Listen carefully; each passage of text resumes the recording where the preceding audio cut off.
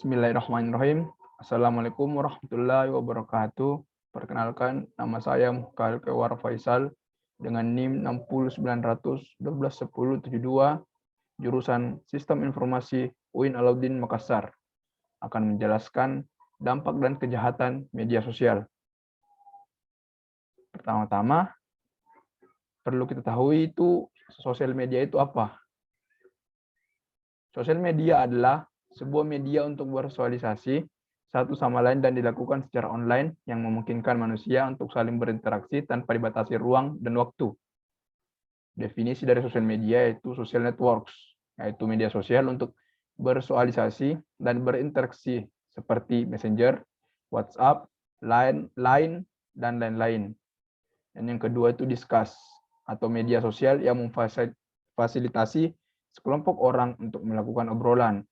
Contohnya Zoom, Google Meet, dan lain-lain. Dan yang ketiga itu Share, yaitu media sosial yang memfasilitasi kita untuk saling berbagai file, video, musik, dan lain-lain, seperti Instagram, Facebook, TikTok, dan lain-lain. Dan yang terakhir itu social game, yaitu media sosial berupa game yang dapat dilakukan atau dimainkan bersama-sama, seperti kebanyakan game online zaman sekarang. Baiklah, kita masuk ke penjabarannya, yaitu yang saya akan jelaskan, yaitu pertama dampak, positif dan negatifnya, lalu jenis-jenis kejahatan media sosial, ketiga solusinya, dan terakhir ada saran pribadi dari saya. Yang pertama itu dampak sosial media.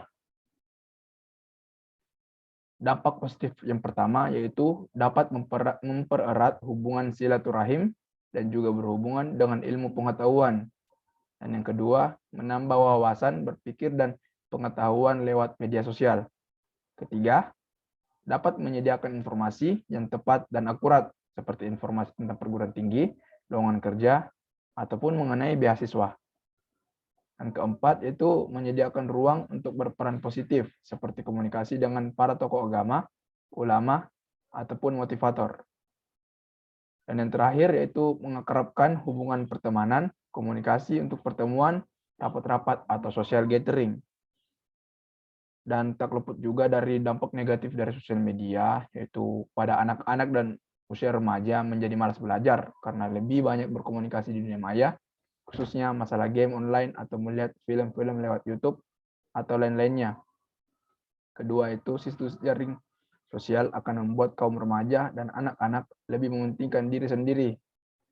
Ketiga, dari segi bahasa tidak ada aturan bahasa dalam jaring sosial, sehingga bagi anak-anak dan remaja bisa menggunakan bahasa seenaknya, seperti apa yang didapat dari media sosial. Keempat, yaitu situs di jaring sosial adalah lahan subur bagi predator atau pemangsa manusia anak-anak, atau biasa dikenal dengan pedofil. Lanjut, yaitu pornografi telah merajalela di media sosial dan internet, sehingga kaum remaja banyak yang terpengaruh karenanya. Gara-gara bisa nonton film, porno di medsos, kemudian remaja berhubungan seks sesamanya. Selanjutnya itu media sosial dan internet telah dijadikan atau modus penipuan bagi kaum penjahat yang mengambil berbagai macam keuntungan material.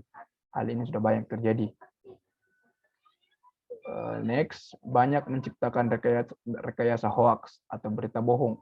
Dan yang terakhir adalah pencurian dan penyalahgunaan data seperti foto, dokumen, dan lain-lain. Kita lanjut dari jenis-jenis kejahatan di media sosial. Kejahatan yang pertama yaitu phishing. Kejahatan phishing itu umumnya aksi kejahatan ini dilancarkan melalui email maupun media sosial lain, seperti mengirim link palsu. Kedua, penipuan online, yaitu modus penipuan berkedok foto selfie dengan KTP atau identitas diri. Biasanya kejahatan ini dilakukan agar mendapatkan akun bank atau dompet digital korban. Ketiga, itu kejahatan konten ilegal seperti pornografi ataupun informasi yang mengambil rahasia negara. Kita lanjut. Itu plagiarism, meniru tampilan karya orang lain secara ilegal, dan mengambil hak pemilikan dan intelektualnya. Lanjut ke hoax, yaitu penyebaran informasi yang tak pasti kebenarannya. Yang ketiga itu cyberbullying atau perundungan. Itu perundungan secara online yang mengakibatkan remaja terkena serangan mental. Juga ada pemalsuan data, itu biasanya kejahatan ini menyasar pada dokumen penting milik penyedia situs belanja online, seolah-olah terjadi misklik. Baik, itu saja dari jenis-jenisnya. Saya mau menjelaskan contoh kasus yang terjadi dari kasus kejahatan media sosial, yaitu contoh kasus penyebaran atau ujaran kebencian atau hate speech.